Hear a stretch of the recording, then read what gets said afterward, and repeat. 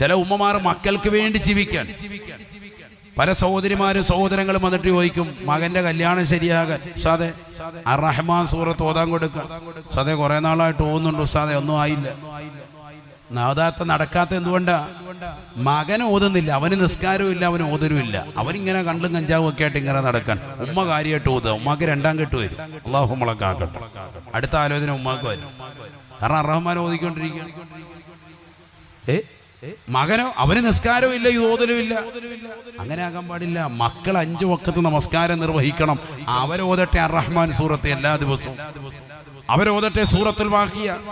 പാപ്പ ജോലി ചെയ്യുന്ന പ്രവാസ ലോകത്ത് ഖത്തറിലും യുഎഇയിലും ബഹ്റൈനിലും ഒമാനിലും സൗദിയിലും അടക്കം പ്രവാസ ലോകത്ത് പ്രയാസം അനുഭവിച്ചുകൊണ്ട്, വലിയ ബുദ്ധിമുട്ടുകൾ അനുഭവിച്ചുകൊണ്ട്, തീഷ്ണ യാതന അനുഭവിച്ചുകൊണ്ട് നിലകൊള്ളുന്നതാകുന്ന ഉപ്പയ്ക്ക് വലിയ സമ്മാനപ്പൊതിയാണ് മക്കളുടെ വീട്ടിലുള്ളതാകുന്ന സൂറത്തുൽ വാഖിയയുടെ പാരായണമെന്ന് സയ്യിദുനാ റസൂലുള്ളാഹി.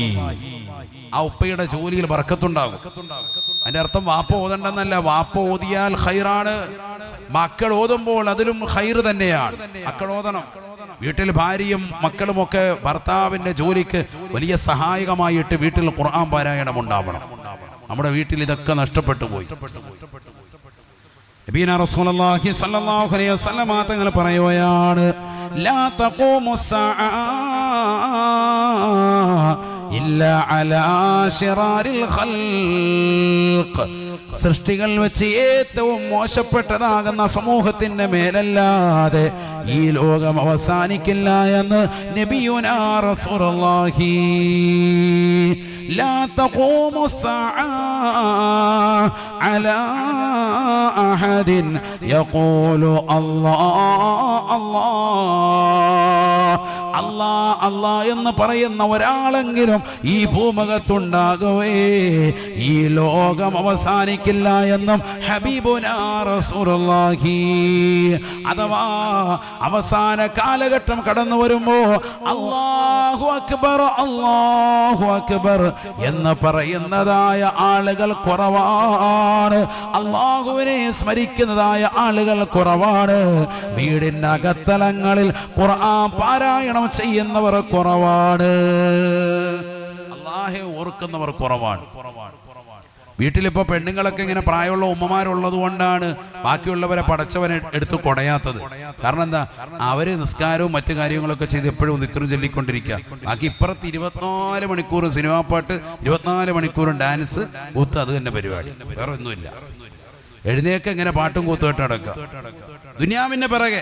ഇപ്പുറത്ത് കുറെ പ്രായമുള്ള ആളുകൾ, അവരുടെ തലമുറ കൂടി കഴിഞ്ഞാൽ വല്ലാഹി സുമ്മ വല്ലാഹി ഈ സമൂഹത്തിന് വലിയ അദാബാണ്. അല്ലാഹു നമ്മളെ അവരിങ്ങനെ ഉള്ളതുണ്ട്. പ്രായമുള്ള കുറച്ച് ആളുകൾ അവർ 5 വഖത്ത് നിസ്കാരം നിലനിർത്തി എപ്പോഴും ആ ഖുർആൻ ഓതി ആ നിസ്കാര മുറിയിലിരുന്നു കൊണ്ട് അവരുടെ ചെറിയ ശബ്ദത്തിൽ ഇങ്ങനെ ഖുർആൻ ഓതി ഇങ്ങനെ ഇരിക്കുന്നതിന്റെ ഒരു ഗുണം ബാക്കിയുള്ളവർക്ക് ഇങ്ങനെ അല്ലാഹു കൊടുത്തുകൊണ്ടിരിക്കുക.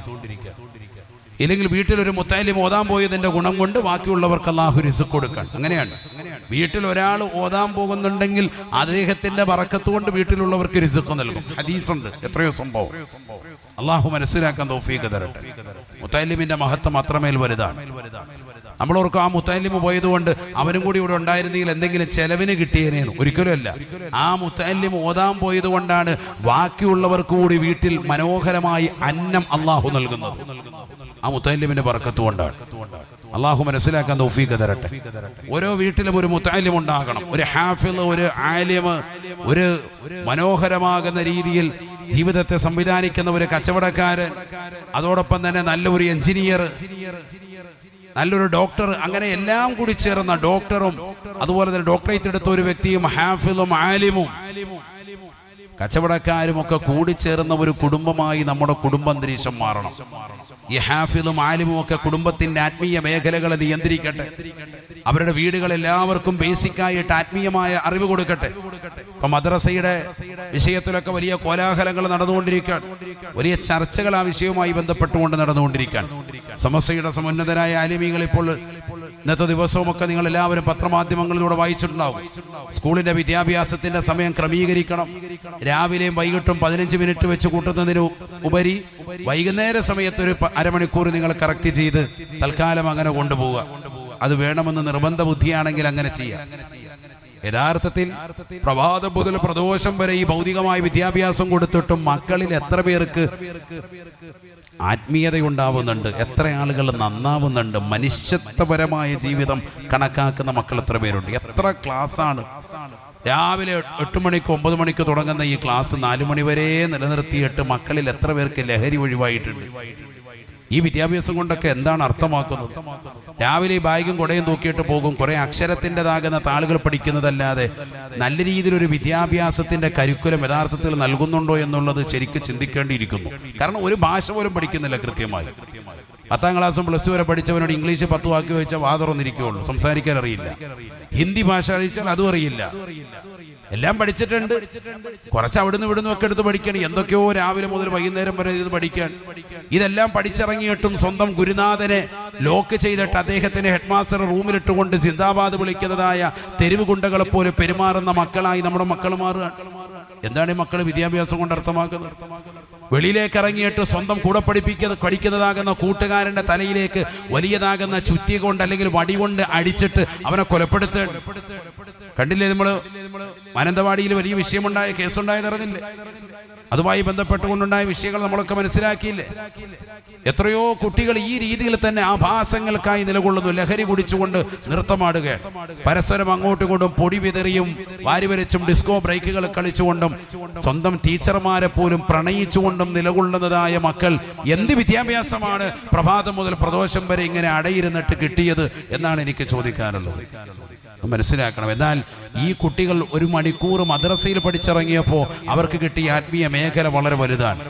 പരസ്പരം കണ്ടാൽ സലാം പറയണമെന്നും കൈ ചേർത്ത് പിടിക്കുമ്പോൾ പാപമോചനം കിട്ടുമെന്നും അവർക്ക് അതിലൂടെ കിട്ടുന്നത് ദുനിയാവും ആഖിറവുമാണ് എന്നും പരസ്പരം സ്നേഹിക്കാനുള്ള കരുതലാണ് എന്നും മുതിർന്നവരെ ബഹുമാനിക്കണം, തന്തവൈബി എന്നുള്ള വാക്ക് നീ പ്രയോഗിക്കരുത് എന്നും നിന്റെ വാപ്പയും ഉമ്മയും ബഹുമാനിക്കണം, ആദരിക്കണമെന്നുള്ള ബാലപാഠം, അദബിന്റെ ഗുരുത്വത്തിന്റെ പൊരുത്തത്തിന്റെ ബാലപാഠം കൊടുക്കുന്നത് പരിശുദ്ധമായ മദ്രസയിൽ നിന്നാണ്. അവിടെ നിന്നാണ് അവൻ കാഷ്ടിക്കാലും മൂത്രിച്ചാലും എങ്ങനെ കാഷ്ടിക്കണം, എങ്ങനെ മൂത്രിക്കണം, എങ്ങനെയാണ് അതിനുള്ളിലേക്ക് ടോയിനുള്ളിലേക്ക് കടക്കേണ്ടത്, ഏത് രീതിയിലുള്ള വസ്ത്രം ധരിച്ചുകൊണ്ട് കയറണം, എങ്ങനെ ഇരിക്കണം, ഏത് ഭാഗം ശരിയണം, എങ്ങനെയാണ് തിരിച്ചിറങ്ങേണ്ടത്, ഏത് രീതിയിൽ ദിക്ർ ചൊല്ലിക്കൊണ്ടാണ് ഇറങ്ങേണ്ടത്, എങ്ങനെയാണ് അവിടെ ശൗച്യം ചെയ്യേണ്ടത്, എങ്ങനെ ഭക്ഷണം കഴിക്കണം, ഭക്ഷണം കഴിക്കുന്നതിന് മുമ്പുള്ള മര്യാദകൾ, ശേഷമുള്ള മര്യാദകൾ, ഭക്ഷണ തളികയിൽ പാലിക്കേണ്ട മര്യാദകൾ, അള്ളാഹുവിനെ സമർപ്പിക്കേണ്ടതാകുന്ന ദിക്റുകൾ, മാതാപിതാക്കളെ നോക്കേണ്ടതിന്റെ പ്രസക്തി, വൃദ്ധസദനങ്ങൾ അടച്ചുപൂട്ടേണ്ടതിന്റെ പ്രസക്തി, ഇതെല്ലാം കൃത്യമായി അടയാളപ്പെടുത്തുന്നത് ഒരേ ഒരു വിദ്യാഭ്യാസം, അത് മദ്രസ വിദ്യാഭ്യാസമാണ്, അതല്ലാത്ത മറ്റൊന്നുമില്ല. അതുകൊണ്ടാണ് അധികാരികളോട്, സർക്കാരുകളോട്, സമസ്തയുടെ സമുന്നതരായ ആലിമീങ്ങൾ ശക്തമായ ഭാഷയിൽ ഇതുമായി ബന്ധപ്പെട്ടുകൊണ്ട് ഇത് കുറയ്ക്കാൻ പറ്റില്ല, ഇത് കൃത്യമായി അളവ് തൂക്കം കൃത്യമായി 1 മണിക്കൂർ മക്കൾക്ക് ക്യാപ്സൂൾ പോലെ കൊടുത്തുകൊണ്ടിരുന്നില്ല എങ്കിൽ മക്കളെ പിഴച്ചു പോകും. ലഹരിയുടെ ഭക്താക്കളായി മക്കൾ മാറും, തിന്മയുടെ ഭക്താക്കളായി മാറും. അടുത്ത ഒരു തലമുറ പല സംസ്ഥാനങ്ങളിൽ കാണിക്കുന്നത് പോലെ അശ്ലീല ചുവയുള്ളതാകുന്ന പ്രവണതകളുമായി മാറും. സ്വന്തം മാതാവിനെ തിരിച്ചറിയാതെ അവരെ പിടിച്ചു വെച്ച് വ്യഭിചരിക്കുന്നതാകുന്ന ലോകത്തേക്ക് മക്കൾ മാറും. അത് പോകാതിരിക്കാൻ മക്കളിൽ ആത്മീയമാകുന്ന പോഷണം കൊടുക്കൽ നിർബന്ധമാണ്. അതിനാണ് മദ്രസ വിദ്യാഭ്യാസം അരികുവൽക്കരിക്കാതെ ചേർത്ത് കൊണ്ടുപോകണേ എന്ന് ഉസ്താദുമാർ പറയുന്നത്. അപ്പോഴും നമ്മുടെ കൂട്ടത്തിൽപ്പെട്ട ആളുകൾ തന്നെ ഉസ്താദുമാരെ കുറ്റപ്പെടുത്തുന്നുണ്ട്. ഒരു അരമണിക്കൂർ കൂട്ടിയുണ്ട് ഒമാർക്ക് തന്നെ, ഉടനെ തന്നെ പറയുന്നു. എടാ മനസ്സിലാക്കുക, അടുത്ത ഒരു തലമുറയെ നന്നാക്കണം, സമൂഹം നന്നായി ജീവിക്കണമെന്ന് ആഗ്രഹിച്ചിട്ടാണ് ഈ ഉലമാക്കൾ ശക്തമായ രീതിയിൽ ഇതിനെതിരെ പ്രതിഷേധ ജാലകൾ തീർക്കുന്നത്. അതുകൊണ്ട് അവരുടെ വചനങ്ങളോട് ചേർന്ന് നിൽക്കണം. അള്ളാഹു തൗഫീഖ് നസീബാക്കട്ടെ. നല്ല വിദ്യാഭ്യാസം കൊടുക്കണം. മദ്രസയും വേണം, ഭൗതികവും വേണം, രണ്ടും നമുക്ക് വേണ്ടതാണ്. ഭൗതിക വിദ്യാവാഹനം കൊള്ളാമടോ, ആത്മീയ വിദ്യയാണതിൻ്റെ ബ്രേക്കടോ. രണ്ടും വേണം. ഭൗതിക വിദ്യാവാഹനം നല്ലതാണ്, അതിന്റെ വാഹനത്തിൽ കയറി പോകാവുന്നിടത്തോളം സഞ്ചരിക്ക്. പക്ഷേ ആത്മീയ വിദ്യയാണ് അതിന്റെ ബ്രേക്ക്, അത് മനസ്സിലാക്കണം. ളുഹർ നമസ്കാരത്തിന്റെ സമയം വരുമ്പോ ആ ഭൗതികത അവിടെ നിർത്തിയിട്ട് നിസ്കരിക്കണം. അസറിന്റെ സമയം വരുമ്പോ അസർ നിസ്കരിച്ചിട്ട് ഇനി ഭൗതികതയ്ക്ക് ഉറങ്ങാവുള്ളൂ. ബാങ്ക് വിളിക്കുമ്പോൾ കടയിലെ ഷട്ടറിട്ട് കടയടച്ച് പള്ളിയുടെ അകത്തളത്തിൽ കയറി നിസ്കരിച്ചതിന് ശേഷമുള്ള ബറക്കത്ത്, അതാണ് നിന്റെ ജീവിതത്തിന്റെ നേട്ടമെന്നുള്ള കരുതൽ. അതുണ്ടായി തീർക്കുന്നത് മദ്രസ വിദ്യാഭ്യാസത്തിലൂടെയാണ്. മറ്റേത് ഭൗതികമാണ്. കട തുറന്നു വെച്ചാൽ അരമണിക്കൂർ കൂടി കച്ചവടം കിട്ടുമല്ലോ, അത് നഷ്ടപ്പെട്ടു പോകണ്ട എന്നുള്ള കരുതലാണ് നിനക്ക് വരുന്നത് എങ്കിൽ അത് മദ്രസ വിദ്യാഭ്യാസത്തെ അരികുവൽക്കരിച്ചതിൽ നിന്ന് നിനക്ക് വന്നതാണ്. അത് ഖുർആനിനെതിരാണ്. യാ അയ്യുഹല്ലദീന ആമനൂ ഇദാ നൂദിയ ലിസ്സലാത്തി മിൻ യൗമിൽ ജുമുഅത്തി ഫസ്ഔ ഇലാ ദിക്രില്ലാഹി വദറുൽ ബൈഅ. അല്ലാഹു പറയുന്നു, അല്ലയോ സത്യവിശ്വാസികളെ, നിങ്ങൾ അല്ലാഹുവിന്റെ പള്ളിയിൽ നിന്നുള്ളതാകുന്ന വിളി വന്നാൽ, ജുമുഅയുടെ ദിവസത്തിൽ ബാങ്ക് മുഴക്കപ്പെട്ടാൽ ഷട്ടറിട്ട് കടയടച്ച് കടയിലെ കച്ചവടം ഒഴിവാക്കി അല്ലാഹുവിലേക്ക് നിങ്ങൾ ധൃതി കാണിച്ചു വരിൻ. നിങ്ങൾ ഒന്നാമത്തെ സഫിൽ വന്നിരിക്കും. ഖുർആനോദിൻ, അൽകഹഫോദിൻ, സ്വലാത്തുകൾ ചെല്ലിൻ, ദിക്റുകളുമായി മുഖരിതമാകിൻ, ജുമുഅ നമസ്കാരം നിങ്ങൾ നിർവഹിക്കൻ.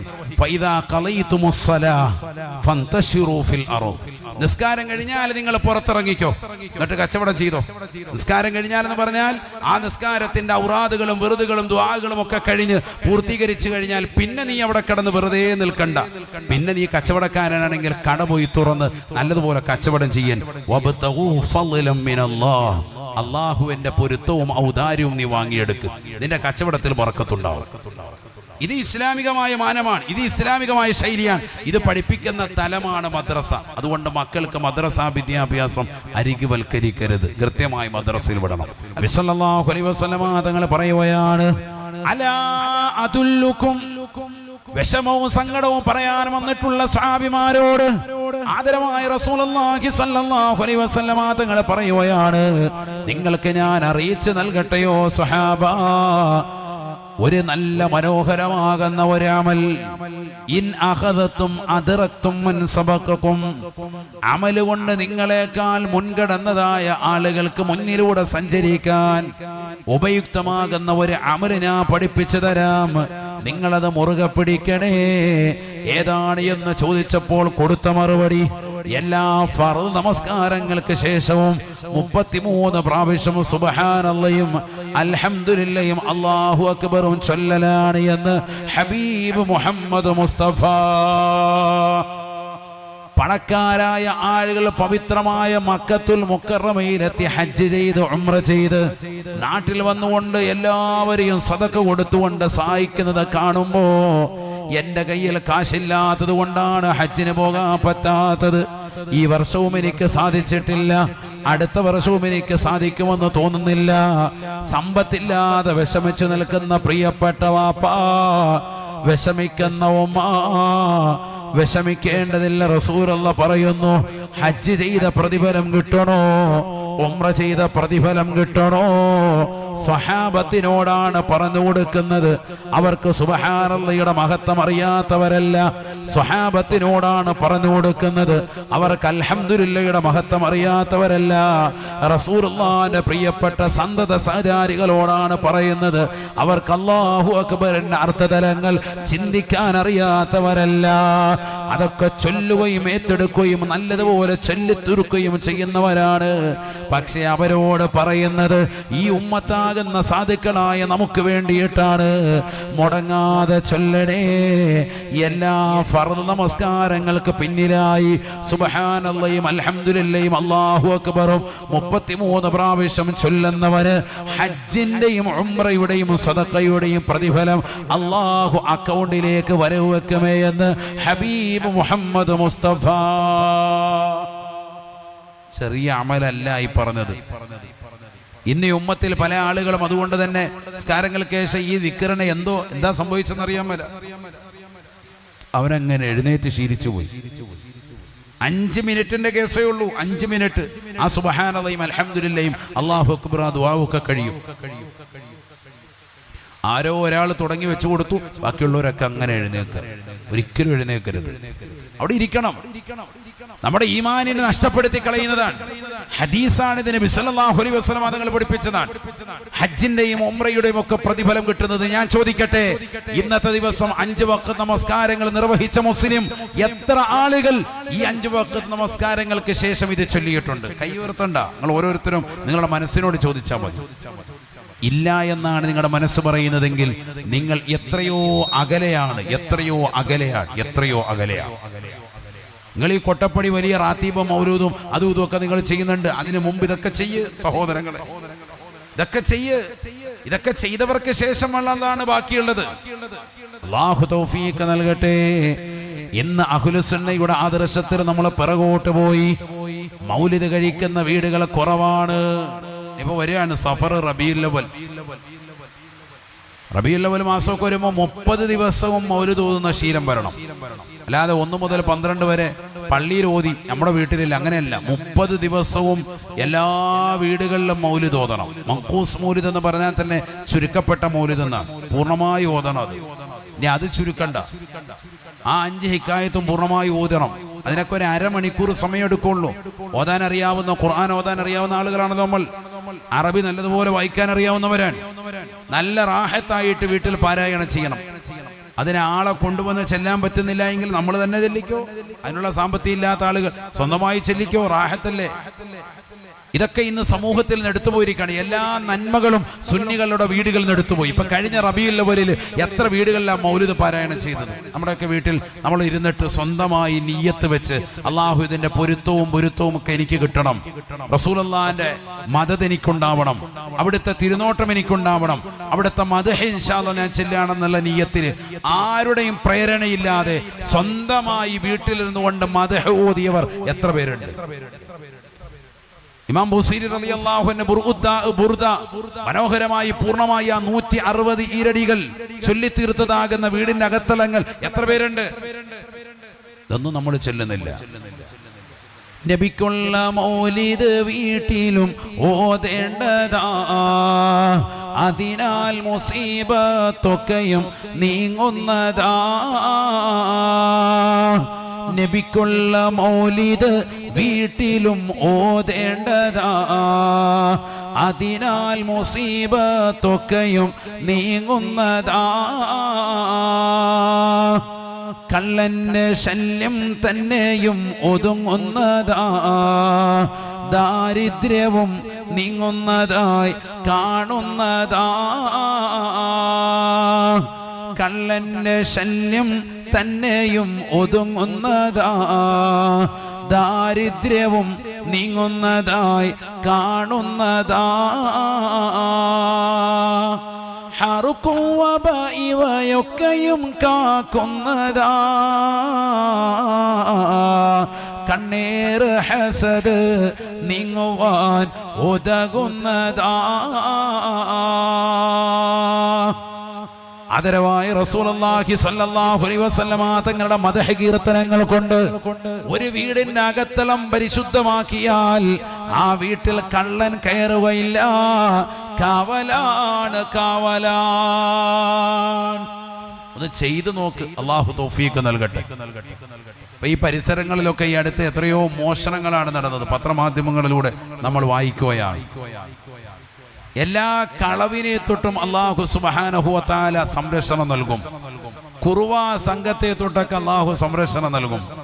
പുലിയുടെ പിടുത്തത്തെ തൊട്ട്, പിടിമൃഗങ്ങളുടെ പിടുത്തത്തെ തൊട്ട് എല്ലാ ബുദ്ധിമുട്ടുകളിൽ നിന്നും, ബലാകളിൽ നിന്നും, വിപത്തുകളിൽ നിന്നും, കണ്ണീർ വെക്കുന്നവന്റെ കണ്ണീരിൽ നിന്ന്, അസൂയാലുക്കളുടെ അസൂയയിൽ നിന്ന്, മാരണം ചെയ്യുന്നവരുടെ മാരണങ്ങളെ തൊട്ടൊക്കെ അല്ലാഹു കാവൽ നൽകും. എന്ത് ഓതിയാൽ? നബി സല്ലല്ലാഹു അലൈഹി വസല്ലം തങ്ങളുടെ മദ്ഹ് ഓതിയാൽ, മൗലിദ് ഓതിയാൽ. ഇതൊക്കെ നമ്മുടെ വീട്ടിലിരിപ്പുണ്ട്. വീട്ടിൽ പുതിയ വീട് കുടിയിരിക്കുമ്പോൾ തന്നെ കയറുന്നത് ഈ ഖുർആനും ഈ പവിത്രമാക്കട്ട മൗലിദ് കിതാബും കേട്ടാ കയറുന്നത്. കൊണ്ടേ ഒരു മൂലയ്ക്ക് വെച്ചല്ലാതെ അല്ലാ അത് അവിടെ ഇരുന്ന് ഉറുമ്പ് തിന്നെയാണ്, ചെതലരിക്കാണ്. ഇത് പിന്നീട് എടുത്തു വന്ന് പാരായണം ചെയ്യുന്ന ഒരവസ്ഥാവിശേഷം സുന്നികളായ നമ്മുടെ വീടുകളിലില്ല. ആണ് ഞാൻ പറയുന്നത്. മാസത്തിലെങ്കിലും സ്വന്തമായി ഒന്ന് ഓതിത്തീർക്കുന്ന ഒരു ശീലം വേണ്ട. വർഷത്തിലെങ്കിലും കൃത്യമായി എല്ലാ ദിവസവും ആ റബീഉൽ അവ്വൽ 1 മുതൽ 30 വരെ ഓതുന്ന ഒരു ശീലം പണ്ട് കാലങ്ങളിൽ ഉണ്ടായിരുന്നു. അതുകൊണ്ട് അസുഖങ്ങൾ കുറവായിരുന്നു, വിപത്തുകൾ കുറവായിരുന്നു. ഇന്ന് കേട്ടുകേഴ്വിയില്ലാത്ത മാരകമാകുന്ന രോഗങ്ങൾ ഈ ഉമ്മത്തിന് പിടിപെടുകയാണ്. 25 കോടി രൂപ ഒരു ഇഞ്ചക്ഷന്റെ വില. അത്തരത്തിലുള്ള വലിയ രോഗങ്ങൾ വരെ ഇന്ന് നമ്മുടെ ചെറിയ മക്കൾക്ക് പിടിവരികയാണ്. 25 കോടിയാണ് ഒരൊറ്റ ഇഞ്ചക്ഷന്റെ വിലയാണ്. അല്ലാഹു നമ്മളെ കാക്കട്ടെ. ഒരു മനുഷ്യൻ അവന്റെ ആയുസ് മുഴുവനും തീരെഴുതി അധ്വാനിച്ചാലും ഒരിക്കലും കൊടുത്തു തീർക്കാൻ പറ്റാത്ത അത്രമേൽ വലിയ തുകകൾ ഇന്ന് ഒരു ഇഞ്ചക്ഷന് വന്നിരിക്കുന്നു. അത്ര വലിയ രോഗങ്ങൾ അല്ലാഹു നൽകിയിരിക്കണം. ഇന്ന് വരെ കേട്ടുകഴിവില്ലാത്ത രോഗങ്ങൾ. നമ്മുടെ ഈ തലമുറയാണ് അതൊക്കെ മനസ്സിലാക്കുന്നത്. കോവിഡും അനുബന്ധ ഘട്ടങ്ങളും കാലങ്ങളിലുമായി നമ്മൾ വസിച്ചുകൊണ്ടിരിക്കുന്ന ഈ ലോകത്ത് എത്രയെത്ര മാറാവ്യാധികളാണ്. ഇതൊക്കെ പൂർണ്ണമായി ഇല്ലാതാകണമെങ്കിൽ ആ പഴമയിലേക്ക് നമ്മൾ വരണം. ഇത്തരത്തിലുള്ളതാകുന്ന മഹാന്മാരെ അനുസ്മരിക്കുന്നതിലൂടെ അവരുടെ ജീവിത ചിട്ടകളെ നമ്മുടെ ജീവിതത്തിലേക്ക് കൊണ്ടുവരാൻ നമുക്ക് കഴിയണം. അതാണ് ഇവിടെ ബഹുനിരാകുന്ന സയ്യിദ് അവറുകൾ ഊന്നിപ്പറഞ്ഞത്. പഴയ കാലഘട്ടങ്ങളിൽ ദീനീ പ്രബോധന മേഖലകളിലുമായി കടന്നു വന്നതാകുന്ന ഈ മഹാന്മാരുടെ മഹത്തുക്കളുടെ ജീവിത ശൈലി നമ്മളിലേക്ക് വരണം. എങ്ങനെ അവർ ഈ സമൂഹത്തിൽ അറിയപ്പെട്ടു? വർഷങ്ങളായി അവരെ ബഹുമാനിക്കുകയും ആദരിക്കുകയും ചെയ്യുന്ന തലമുറകൾ വരുന്നു, വന്നുകൊണ്ടിരിക്കുന്നു, ഇനിയും വരുന്നു. എന്തുകൊണ്ട്? അവർ ഒരു പ്രസ്ഥാനമായി ജീവിതത്തെ ജനങ്ങൾക്ക് മുന്നിൽ കാണിച്ചു. നല്ല ജീവിതം, സംശുദ്ധമായ ജീവിതം, സൽ സ്വഭാവ ജീവിതം, കളവ് പറയാത്ത ജീവിതം, ഖുർആൻ ഓതിക്കൊണ്ടുള്ള ജീവിതം, ദിക്ർ ചൊല്ലിക്കൊണ്ടുള്ള ജീവിതം, അന്യരെ മറ്റുള്ളവരുടെ സമ്പത്ത് അപഹരിക്കാത്ത ജീവിതം, അന്യരായ ആളുകളെ ബഹുമാനിച്ചുകൊണ്ടുള്ള ജീവിതം, അയൽവാസികളോടുള്ള കടമകളും കടപ്പാടുകളും പൂർത്തീകരിച്ചുകൊണ്ടുള്ള ജീവിതം, സമൂഹത്തോടും സമുദായത്തോടും ഇതര സമുദായങ്ങളോടുമുള്ള ബന്ധങ്ങൾ ശാക്തീകരിച്ചുകൊണ്ടുള്ള ജീവിതം അതവർ നിലനിർത്തിപ്പോന്നപ്പോ അവരെ ലോകം ആദരിച്ചു. അള്ളാഹു ഒരാളെ ഇഷ്ടം വെച്ചാൽ ഭൂമിയിൽ അവർക്ക് അള്ളാഹു സുബ്ഹാനഹു വ തആല സ്വീകാര്യത കൊടുക്കുമെന്ന് സയ്യിദുനാ റസൂലുള്ളാഹി. ആ സ്വീകാര്യതയാണ് ഈ കാണുന്നത്. ആരും അവരെ എതിർക്കുന്നില്ല. ജനിച്ചു വീഴുന്ന ഓരോ കുട്ടികളും വരുന്ന ഓരോ തലമുറകളും അവരെ പുകഴ്ത്തുന്നു. അലിയുൽ കൂഫി എന്ന് പറയുമ്പോൾ നിർത്തുന്നില്ല റളിയല്ലാഹു അൻ അല്ലെങ്കിൽ റഹിമഹുല്ലാഹ് എന്നുള്ള പ്രാർത്ഥനയോടുകൂടിയിട്ടാണ് അവരുടെ പേരുകൾ നമ്മളൊക്കെ അനുസ്മരിക്കുന്നത്. അള്ളാഹുരുടെ ദറജ ഉയർത്തുമാറാവട്ടെ. ഞാൻ പറഞ്ഞു വന്നത്, അവർ ജീവിച്ചിരുന്ന കാലയളവ് വളരെ സംശുദ്ധമായി ജീവിച്ചു. അതുകൊണ്ടാണ് കുറഞ്ഞ കാലഘട്ട ജീവിതമേ മനുഷ്യനുള്ളൂ. നമ്മൾ മരിച്ചാൽ 10 പേര് നമ്മളെ കുറിച്ച് നന്മ പറയണം. ആ മനുഷ്യൻ നല്ലവനായിരുന്നു. വടകര സ്വദേശിയാകുന്ന ഫൈസൽ എന്ന സഹോദരൻ, അല്ലെങ്കിൽ ഇന്നാലിന വ്യക്തി പെരിങ്ങത്തൂര് സ്വദേശിയാകുന്ന സഹോദരൻ, അയാൾ സാലിഹായ മനുഷ്യനായിരുന്നു, സുഹൃതം ചെയ്ത മനുഷ്യനായിരുന്നു. അണിയാരത്തുള്ള ഹിജാസ് എന്ന ചെറുപ്പക്കാരൻ, അവൻ നല്ല സാലിഹായ മനുഷ്യനായിരുന്നു എന്നിങ്ങനെ 10 പേര് നമ്മളെ കുറിച്ച് പറയണമെങ്കിൽ തീർച്ചയായും നമ്മൾ സംശുദ്ധമായ ജീവിതം നയിക്കണം. അള്ളാഹു തൗഫീഖ് നൽകട്ടെ. ഒരു വഖത്ത് പോലും ജുമുഅയും ജമാഅത്തും നഷ്ടപ്പെടാതെ കൃത്യമായി നമസ്കാരങ്ങൾ ചിട്ടവെക്കുന്നതായ ഒരു ശൈലി നമുക്കുണ്ടായിത്തീരണം. ഇന്ന് എത്ര വഖത്ത് നമ്മൾ നമസ്കാരങ്ങൾ ചിട്ടവെക്കുന്നവരാണ്? ഇന്നത്തെ ഒരു ദിവസം മാത്രം എടുത്ത് പരിശോധിച്ചു നോക്ക്. പുരുഷന്മാർ അവ്വൽ വഖത്തിൽ ജമാഅത്ത് ശ്രദ്ധിച്ചവരാണോ? ചിന്തിച്ചു നോക്ക്. ഇന്നത്തെ ഒരൊറ്റ ദിവസം, ഈ കഴിഞ്ഞ ഒരാഴ്ചത്തെ ജീവിതം മാത്രം ഒന്ന് പരിശോധിച്ചാൽ എത്ര ജമാഅത്ത് നമുക്ക് നഷ്ടപ്പെട്ടു. ഇനി അത് തിരിച്ചു കൊണ്ടുവരാൻ സാധിക്കുമോ സഹോദരങ്ങളെ? ഇതൊരു പുതിയ വർഷമാണ്. ഹിജറ വർഷം 1447 നമ്മളുള്ളത്. 46 നമ്മൾ ഇന്ന് കഴിഞ്ഞു. ഈ ഒരു കൊല്ലമെങ്കിലും ഈ മുഹറം മാസം തീരുന്നതാകുന്ന ഈ ഘട്ടത്തിൽ നമ്മൾ ഓരോരുത്തരും പ്രതിജ്ഞ എടുക്കണം. ഇനി വരുന്ന സഫറിലും റബീഉൽ അവ്വലിലും റബീഉൽ ആഖിറിലും ജുമാദുൽ ഊലയിലും ജുമാദുൽ ആഖിറിലും റജബിലും ശഅബാനിലും റമളാനിലും ശവ്വാലിലും ദുൽഖഅദയിലും ദുൽഹജ്ജയിലും ഈ വർഷത്തിന്റെ അവസാനമാകുന്ന ദുൽഹജ്ജയിലേക്ക് എത്തുമ്പോൾ എനിക്ക് എല്ലാ സുഹൃതങ്ങളും അനുഷ്ഠിക്കണം. അതിനുപയുക്തമാകുന്ന നല്ല അമലുകൾ ചെയ്യാൻ ഞാൻ ഇൻഷാ അല്ലാഹ് ഈ ഒരു വർഷത്തെ പ്രതിജ്ഞാബദ്ധമായി മുന്നോട്ട് കൊണ്ടുപോകും. നമ്മുടെ മനസ്സിലാണ് യഖീൻ വരേണ്ടത്. മനസ്സാണ് ആദ്യം വരേണ്ടത്. قال رسول الله صلى الله عليه وسلم നബിയനാ റസൂലുള്ളാഹി സ്വല്ലല്ലാഹു അലൈഹി വസല്ലം തങ്ങൾ പറയുകയാണ്, മാ മിൻ യൗമിൻ യഅതി ഇല്ലാ വയഅതി വയുനാദി യബ്ന ആദം. എല്ലാ ദിവസവും ആ ദിവസങ്ങൾ വന്നുകൊണ്ട് ആദമ സന്തതികളെ വിളിച്ചുകൊണ്ട് പറയുമത്രേ, യബ്ന ആദം, ആദമിന്റെ പൊന്നുമോനെ പൊന്നുമോളെ, ഇന്നി യൗമുൻ ജദീദ്, ഞാനൊരു പുതിയ ദിവസമാണ്. വഇന്നി അലാ മാ യഅമലു ഫിയ ഷഹീദ്, എന്നിൽ നീ ചെയ്യുന്നതായ എന്തെല്ലാം നന്മകളുണ്ടോ തിന്മകളുണ്ടോ അതിനെല്ലാം ഞാൻ സാക്ഷിയാണ്. എല്ലാ ദിവസവും ആ ദിവസങ്ങൾ വന്നുകൊണ്ട് ആദം സന്തതികളോട് പറയുന്ന വാക്കാണ്. നമ്മളോട് പറയുന്നുണ്ട്, നമുക്കത് കേൾക്കാനുള്ള കാത് അല്ലാഹു നൽകിയിട്ടില്ല.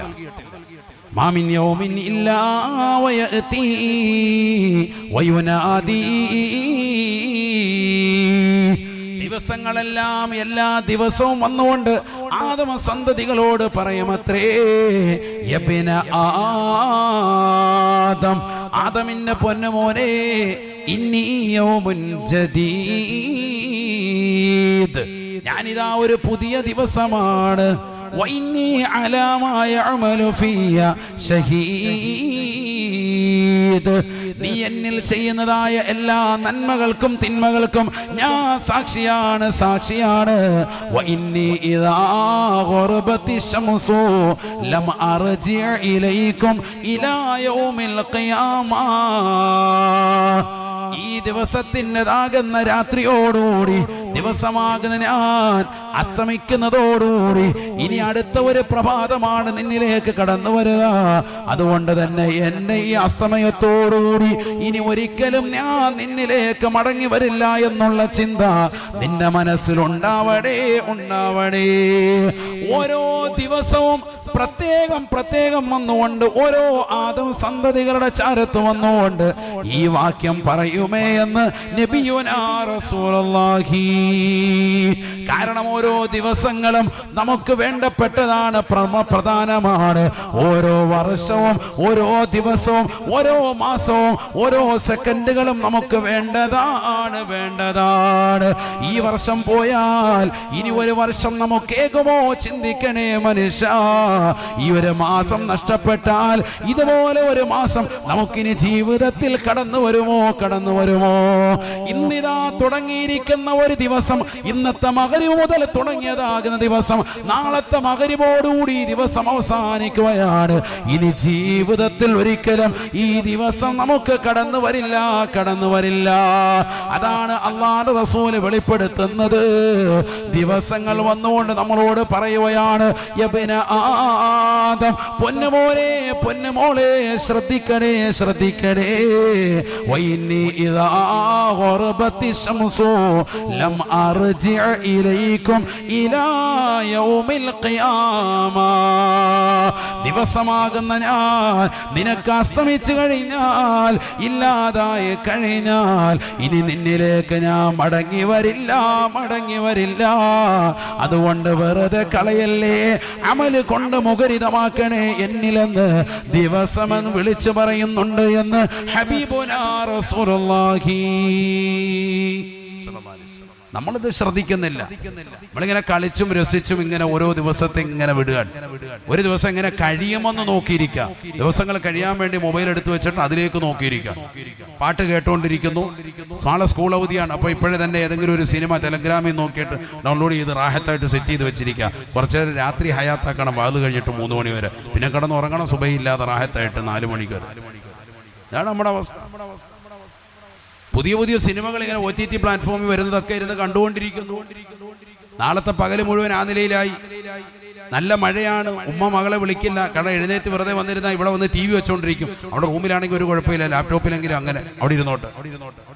നിസ്കാരത്തിന് ക്ഷണിക്കുന്ന മാതാക്കളില്ല, പെൺമക്കളെ ക്ഷണിക്കുന്ന മാതാക്കളില്ല, ആൺകുട്ടികളെ ക്ഷണിച്ചു വരുത്തുന്നതാകുന്ന രക്ഷിതാക്കളില്ല.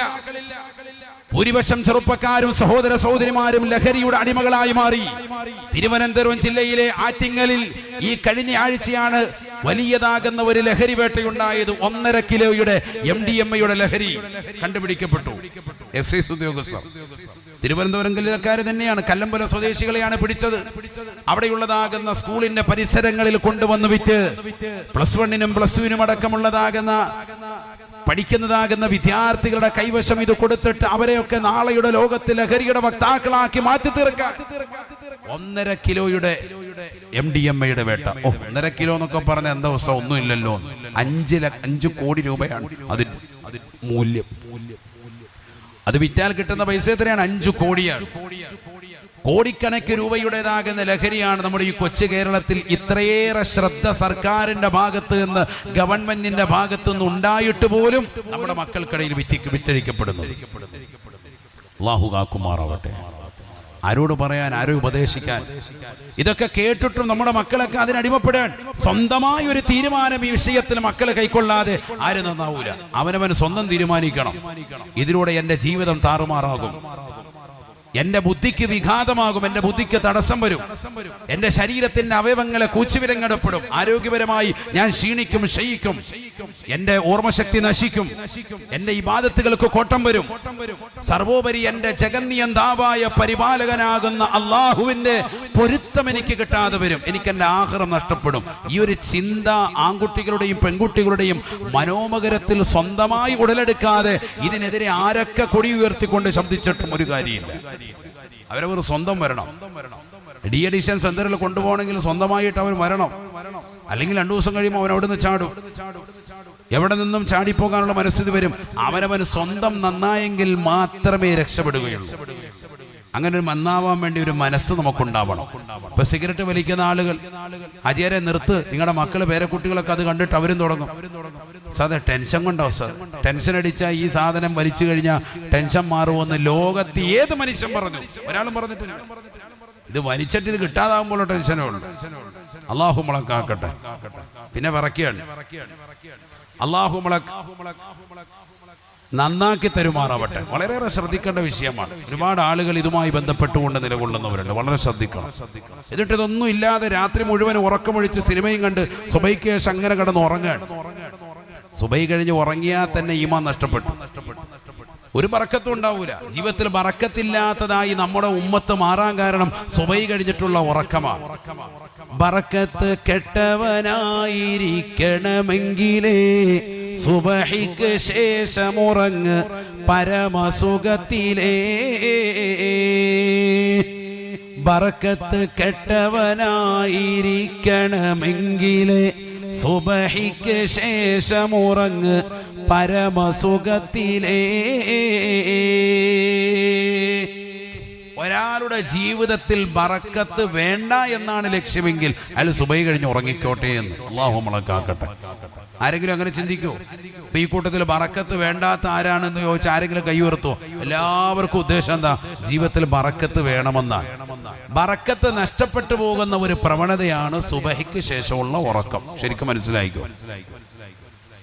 അപ്പൊ പിന്നെ ഉറങ്ങാൻ പറ്റൂല. ഉറങ്ങൽ അനുവദനീയം ആർക്കാണ്? രാത്രി മുഴുവൻ ഇബാദത്തെടുത്ത ഒരു മനുഷ്യൻ, ഉറക്കമഴിച്ച മനുഷ്യൻ, അയാൾ ഉദയത്തിന്റെ സമയത്തിന് ശേഷം അല്പം ഉറങ്ങുന്നതിൽ തെറ്റില്ല. സുബൈ കഴിഞ്ഞിട്ടുള്ള ഉടനെയുള്ള ഉറക്കം അത് ഗുണമല്ല.